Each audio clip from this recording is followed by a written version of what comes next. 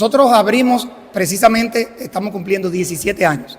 Así que el 19 de septiembre del año 2008 comenzamos la iglesia y por muchos años fuimos creciendo, fuimos haciendo desde el principio nuestro plan de ahorro para un día poder tener nuestra casa.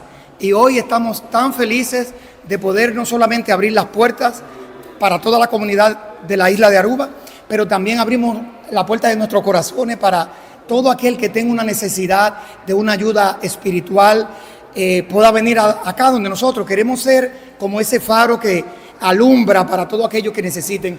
Aquí a partir de ahora nos van a poder encontrar Paradera 4, siempre a las órdenes para todo el mundo, arubianos, extranjeros, aquí nos van a poder encontrar.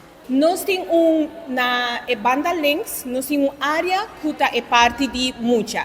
O projeto de Ejobol que está não somente para usar para missa, mas também para dar les, para dar terapia, para dar consejeria, que nos Ejobol está baseado na diferentes coisas. No futuro, aqui par de luna, nós temos também uma cafeteria, caminha nós damos par de comida grátis. Cada dia para a comunidade de Aruba. Nós está regalar panha, nós também fazemos diferentes atividades com nós Aruba por World Bendicional. Que não é simples gebouw, é lugar para a gente não para bem enjoy. Nós temos overzicht para ter uma área também juvenil, caminho de jovem não para bem jogar, passa leuk, tem cancha para jogar futebol, também voleibol, que é diferente.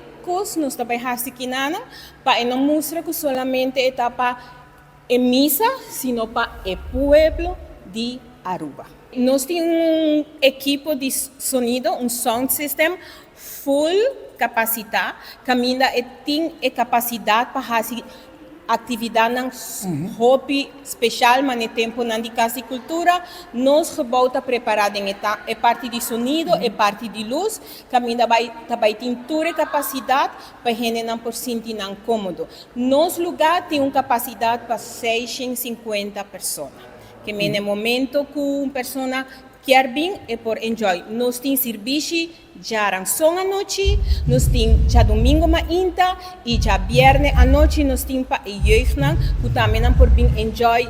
Nossa ensinança não nível, que nós temos uma área especial para a juventude de Aruba, que você tem, você por bem, todo dia viernes aqui na 7h30 da noite.